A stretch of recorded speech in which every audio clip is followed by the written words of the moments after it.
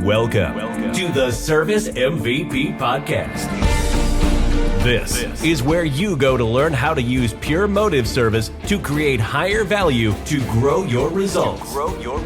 And now, here is your host, America's Service Sales Coach, Joe Crisara. Welcome to the Service MVP Podcast. My name is Joe Crisara, America's Service Sales Coach. And I have with me a very special guest, Paul Ross, who is an author, a podcaster, a master hypnotist, and also a specialist in subconscious selling. Welcome, Paul, to our podcast. Thank you. Look in my eyes, Joe. You will give me all the airtime I want. Well, you've already hypnotized me many times. I know. So, thank you. I'm a willing subject, so that's okay. Cool. I won't fight you on it. That's for sure.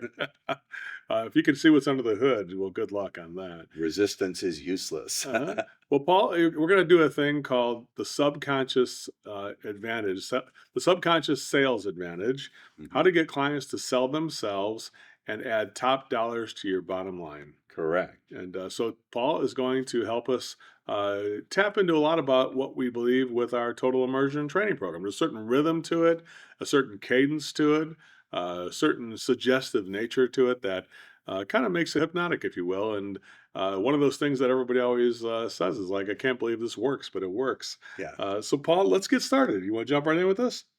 I'm ready to go. Enough for me. Let's go on with you. So, Paul, let's start out. I have a question that you told me, a suggested question list, so I'm going to be transparent. I couldn't come up with these, but I will also have my own questions. Have fun. Let's do it. So the first question we have is, what are 4 words we can use in the first minute of your sales presentation to create immediate, unbreakable rapport and trust? Okay, so here's the thing. Let me set this up, Joe.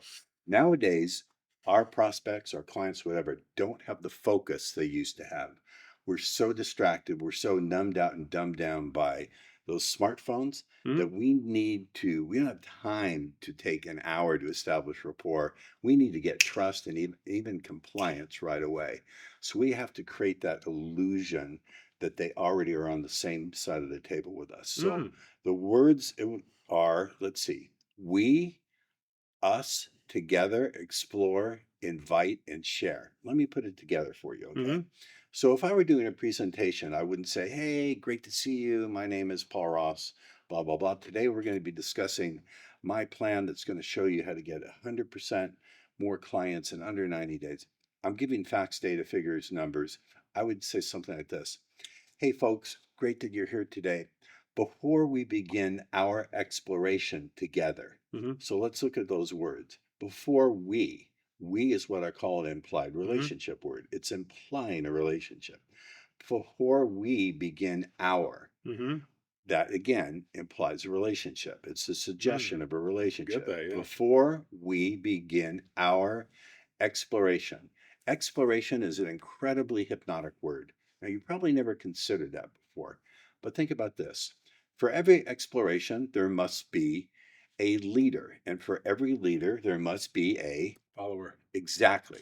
So we're already implanting the notion subconsciously through the power of suggestion that they are our followers, not just the people who are interested in our product or service, but they're our followers. Now, if I came out directly and said, in a minute, I'm going to talk to you in such a way that you will perceive yourself to be my follower and believe every word I say and trust me completely, you'd shoot me the bird. Right. But we're implying it. And whatever you can imply, whatever you can get your prospect to imagine for themselves will be perceived by them as being their own thought, and therefore they won't resist it. I can see that because you're the expert, and so you would know the territory we're going to explore. Yeah. That's what we are going to explore together. Yeah. And you're just implying that I'll be the one leading you through this territory. Before we begin our exploration together today, may I ask you to make one promise. Promise, again, is something that we do together. You don't do that to a stranger. Oh, yeah. Will you please share, not ask? I never invite someone to ask questions. I say, will you please share the questions that naturally arise when a great decision's being made? Now, look at that last little piece. A great decision's being made. Did I say specifically what the decision is? No. Did I say a decision to sign up with our service today? Not at all. I left it deliberately vague. And when you're vague at the right time, at the right place, the subconscious mind will fill in the blank for itself. Mm. So everyone always says, make your message clear, make the sales message clear. Most of the time that's true, but sometimes, contrary to what everyone else teaches, Hmm. you have to be unclear. Because when you're unclear artfully at the right time, at the right place, the prospect will fill in the blank for themselves and it will seem like their own idea. And on top of that, it will inspire questions that will lead them to a great decision. That will be right And there. there's something even more clever. Speaking as a master hypnotist, it's implanting a post hypnotic suggestion that every time they do ask a question, the meaning of the question is not that they're cynical or skeptical or distrustful. The meaning of the question is they're following along and are your followers and they're going to make a great decision. Hmm. You're linking the behavior to the meaning you want it to have. If I can get a little technical, please, just Yeah, for a yeah, go second. ahead. Yeah. In hypnosis, there's a principle called incorporation, which simply says if you know the subject is going to do a behavior, you link that behavior to the meaning you want it to have. Hmm. So every time they ask the question, if you don't link it to the meaning subconsciously that they trust and are following you, they may assign the meaning, I'm cynical, I don't trust this person, etc. Don't count on regular rapport techniques to work anymore because everyone is doing it. Your competition is doing it. And a tactic identified is a tactic disarmed. Mm. So we want to go around all this by getting straight to the unconscious mind, subconscious mind, and doing something none of our competition is doing. Yeah, that's great. Paul, one of the things I was going to ask you is what is the first thing about your prospect that you must focus on and take into consideration if you want to skyrocket your sales? Then? Very, very important. It's not necessarily their income level or where they fall in the disc model or are they analytical thinkers or those things are important. But the first thing I ask myself is what state of consciousness do I want them to be in? Hmm. I'll give you a metaphor if I can. Yeah. Let's say I have a sheet of cardboard and a sheet of gold foil, Hmm. and I want to conduct a current of electricity through one of those two. This is not a trick question. Okay. Ladies and gentlemen, not a trick question. Which one is going to conduct that electricity, the gold foil or the cardboard? The gold foil. Exactly.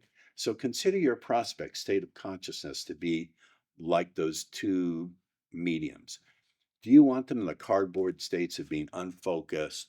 You know, they're looking at their phone or they're thinking of what they had for breakfast or the fight they had with their significant other. Do you want them in the state of having, they're distracted? Or do you want them in states of focus? Do you want them in states of already believing you, states of already in their unconscious mind seeing you as their leader? What states of mind do you want them to receive your message through? Hmm. Consider their states of mind to be like a filter that they were in front of you Right. and in front of them. Do you want them to filter your message, your proposition, the facts, data, figures through that filter of being unfocused? Because that's a big problem. Nowadays, our prospects just don't have the focus. When we were young men, we didn't have Instagram, we had Telegram. Okay. Right. So it's a different state of consciousness Hmm. they're bringing to the table. That's great.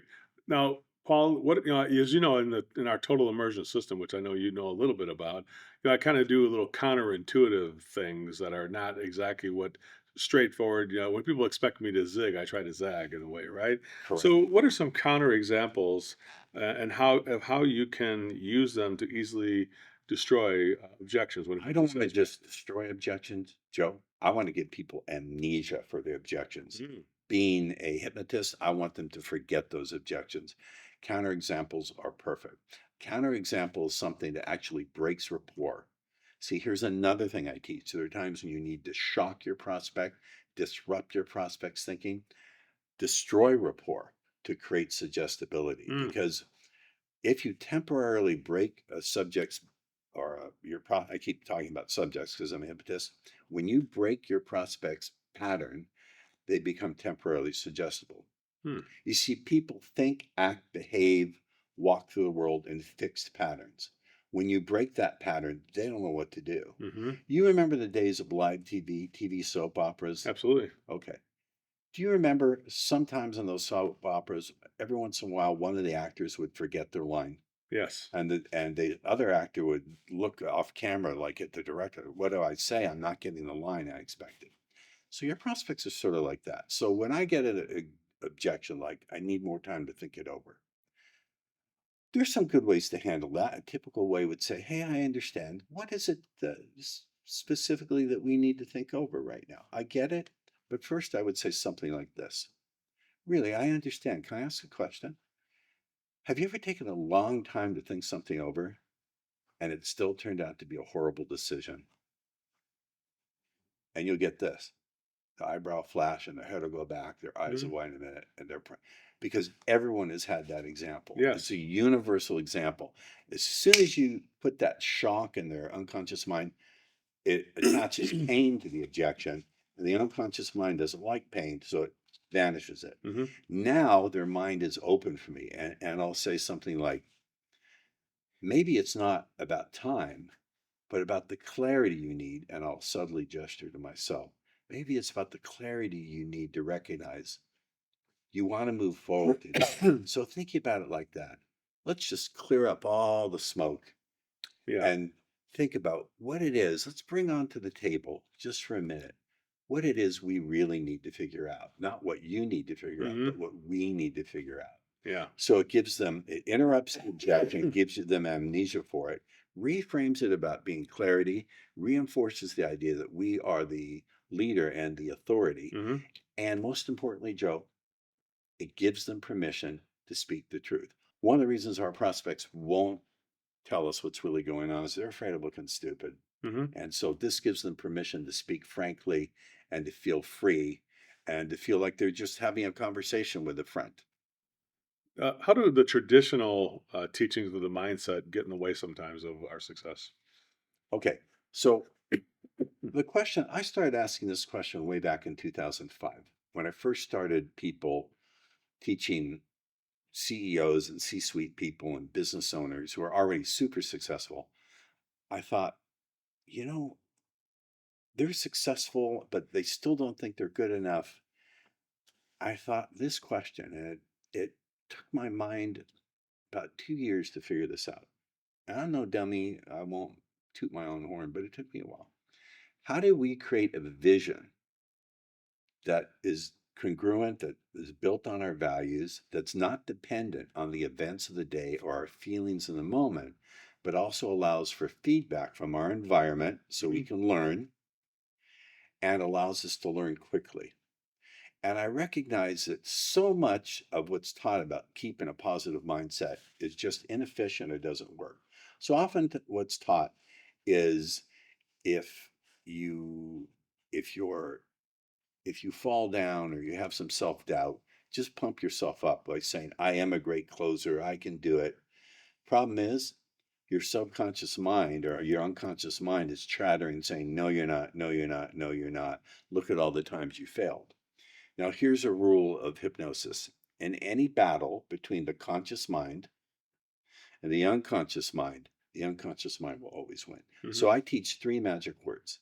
When someone comes to me and says, I'm just not a good leader, or I'm just not a high ticket closer, Mhm. there's going to be people in your business, on your sales team, who have great potential, but something happens and they don't believe in themselves. Mhm. So I teach three magic words: up until now. I teach them to put up until now in front of that negative Mhm. belief first before I turn it into something positive. Yeah. So someone wants one of my, they come to me to train their team and all this negativity is there. And I'll take one of their team members and say, okay, put these words in front of your negative belief. Up until now. Up until now, it was the case that I was not a good closer. Those three words are magic. Up until now does three things. If I can get a little technical, Yeah. up until now does three things. First of all, it gets rapport with the unconscious mind. Mhm. It says to the unconscious mind, I acknowledge that there was a problem because it's putting it into the past. It Mhm. says, I understand, I hear you. The most important person you can ever get rapport with, ladies and gentlemen, if you take nothing away from this interview but this, it's going to make you a ton of money. The most important person to get rapport with is your own unconscious mind because that's running the show. So you can't argue with your unconscious Hmm. mind. So when you say up until now, gets rapport with the unconscious mind. Second thing it does is it binds it in time because the unconscious mind can't tell the difference between future, present, and past.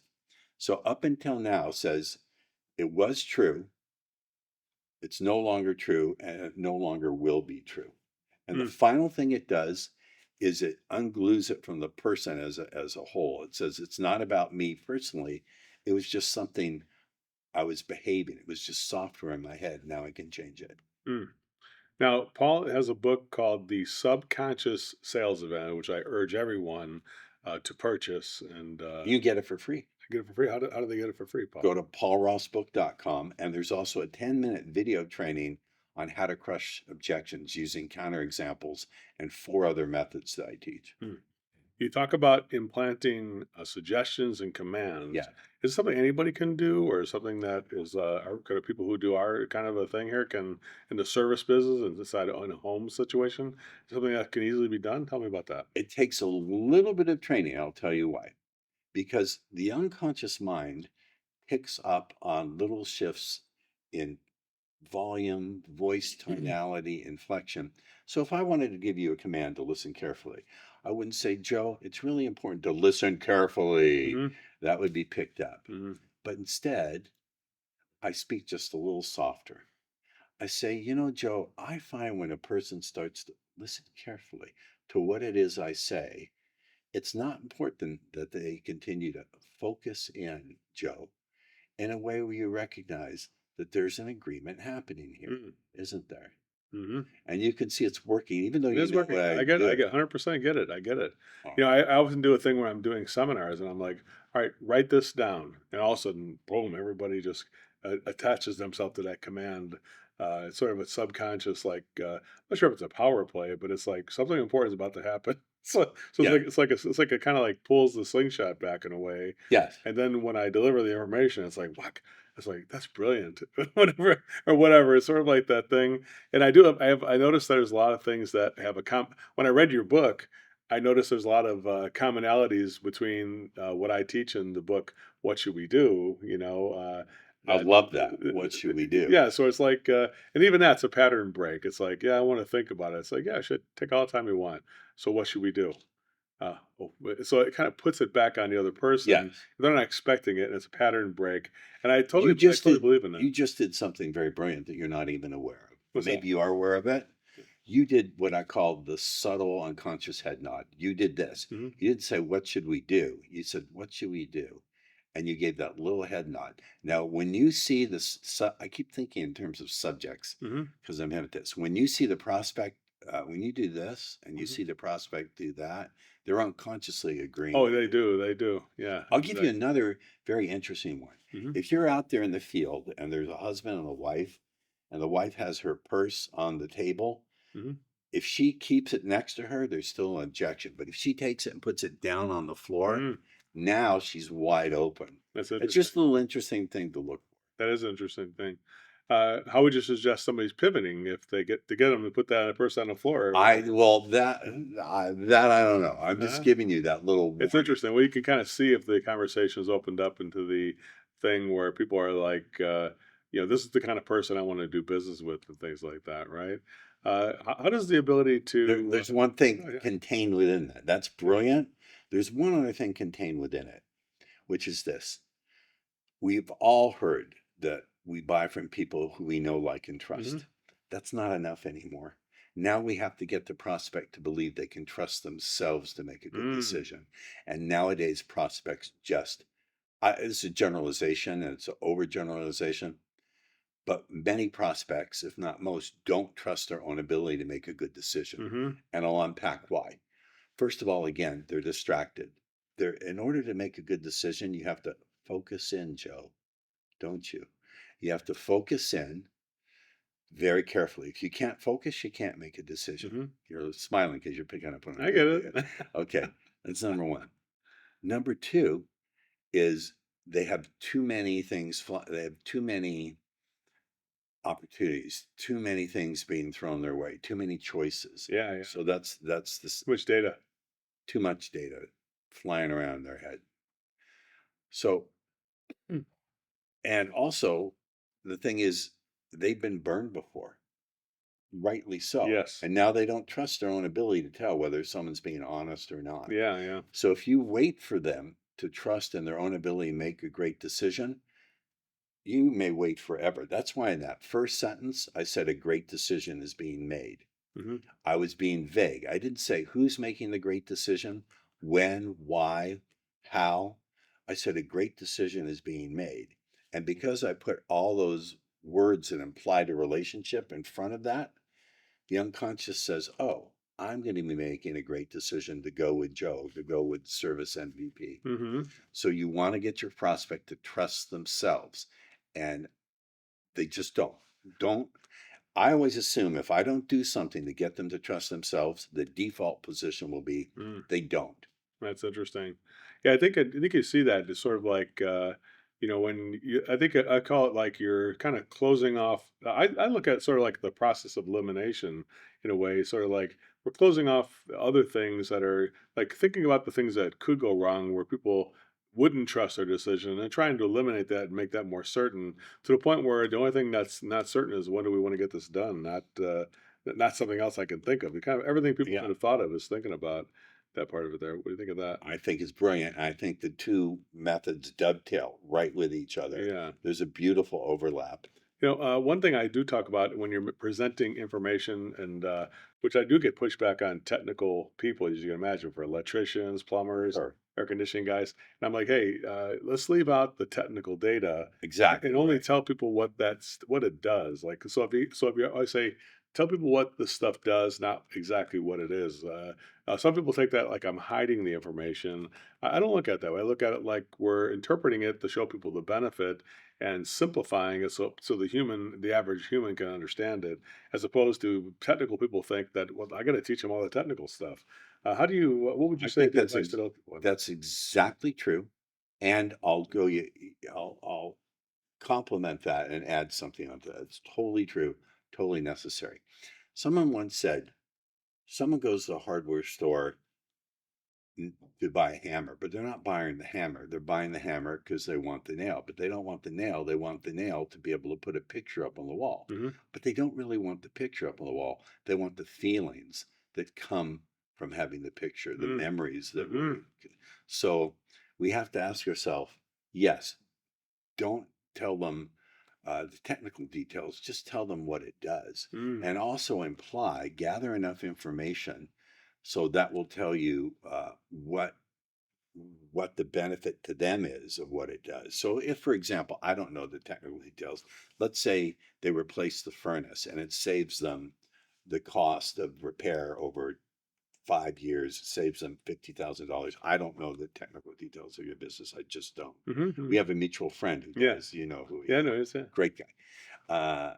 So my point being, if you can find out what saving that money would mean to them, whether it means they can send their kids to school or whether it means they can refurbish their home, if you can somehow find that out and link it to having that benefit, then you've really got them. The benefit of the benefit. Well, you're walking down my side of the street there. It's like, so I wouldn't, if I had that nail, and heard the purpose of what we're trying to do with it, I would call it I want to hang a picture of my dad because I loved him so much. I would call it, well, this thing here, this item is the sentiment and legacy generator. That's what.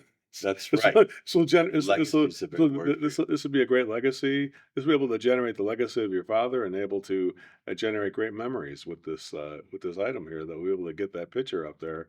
It's going to help us get that Correct. in a correct position, so we Correct. can admire your father and the legacy he left and the generation of those memories. Those that are you're going to powerful words for Is you. it much better? Legacy. Yeah. Yeah. So I would say like so instead of saying it's a furnace or air conditioning, I say it's a warm and cool air comfort system is what we're talking about here. Beautiful reframe. So as we're saying, so try to say it's called verbal packaging, I call it, right? So It's beautiful. that's why I say it's like that's why I love what you're doing, because in a way I always look for, because I try to find other validation that you bring, guys like you, Paul, that helps people kind of a secondary view of it. And that's why I really recommend everybody does get that free book over At at paulrossbook.com. It's absolutely free. paulrossbook.com.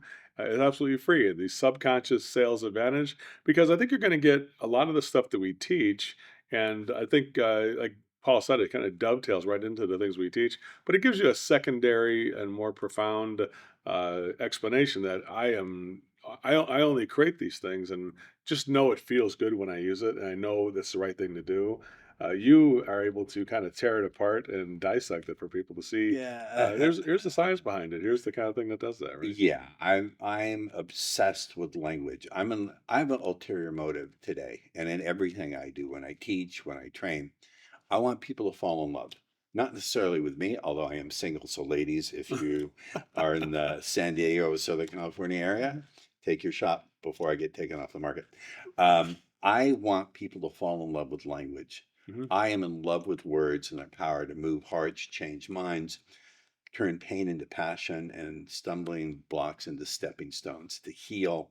I've seen, because I also have a healing practice as a hypnotist, I've Hmm. seen miracles. We are not just this flesh and blood, in my Yeah. opinion. We are much more. And once we begin to master the unconscious or subconscious mind, Hmm. people can do miraculous things. The science is into the science of neuroplasticity, Hmm. how language affects the ability of the brain to grow Yeah, I agree. I agree with new that. neural nets. So I'm in love with language. I want people to fall in love with words. I'm not a religious man, but I know in scripture it says, in the beginning was the word. And even so, the power of the word has been recognized for for millennia. Yeah, I think it's the key to unlocking that subconscious mind, which I think we all know has so much power. There's a path of enlightenment and a path of darkness. I think sometimes our subconscious mind takes us to those places, and I think hopefully that's what I try to do, and I think what you try to do is try to inspire people to take the path of enlightenment, where they can be conscious about how to operate their subconscious mind. Right? I agree. And also to be in service to others, which begs the question, in service in what way? And I want to say to everyone out there, you're not a salesperson. You're a decision service technician. Mm-hmm. For those of you who are still a little squeamish around sales, and you shouldn't be if you're following Joe and Mm-hmm. you're We try never to use the word sales. no, you're not. It's a No, bad word. it's not a bad word to me. Yeah, It's fun, but you're a decision service technician. that's a great You're idea. you're being of service to people to make a good decision. Well, I can't tell you how many times I've used the metaphor that, hey, we're taking people on this journey, and sometimes we have to take an exit ramp while we answer a few questions, and then the idea is like, all right, I think we've answered it. Let's get back on the highway and get back to the journey toward the getting the job done. Love the metaphor. Metaphors are powerful. Paul, thanks for taking your time to meet with us right here in Los Angeles at our Service MVP studios. Paul, any final words before we give them the wrap up? And obviously, it's paulrossbook.com. You've heard that a few times now. So go there and get the free book and take Paul up on his offer to talk to you. He'll talk. I know Paul is he'll talk to a stop sign. This guy, he loves talk. He loves No, people. I love people. He loves talking to people, so he will talk to anybody and just warm up to you and get to know you. He's definitely throughout our journey. I met him. I thought he was a little strange when I met him. I am strange. Can I swear on your podcast? Sure, go ahead. I'm batshit crazy, but it's genius. That's not batshit even crazy. swearing. Okay. Paul. I don't mind being a little crazy. You have to think differently. You have to think outside. It's a little different, but what I did find is that a lot of commonalities and just the research I've done and looking into your material is that explains a lot. And definitely, I think all the people here who watch us and wonder, how did Joe figure this stuff out? Well, in a way, it's all my journey was more trial and error. Paul has researched a little bit deeper, and I think it'd be very wise to get involved with that. Paul, any final words before we wrap this up? Well, I am single. So, ladies, if you think this is attractive, just right. Paul at Speaker Paul Ross and say, hello, hot man. Wow, that's I don't think anybody on this podcast has ever said that Hey, before. you know what? Give it a pitch. Give it a try. Well, thank you, Paul, for coming here, and thanks everybody for watching the podcast. Hey, don't forget to follow us on your social media channels, or heart us on Instagram, or Facebook, or TikTok, or X. Anything you want to do, we are here for you to serve you. Like Paul said, and we serve people. we do it together. So definitely let's do that. Everybody have a great one. We'll see you on the next episode. Bye now. Thanks for the time, Joe. Appreciate it. My pleasure.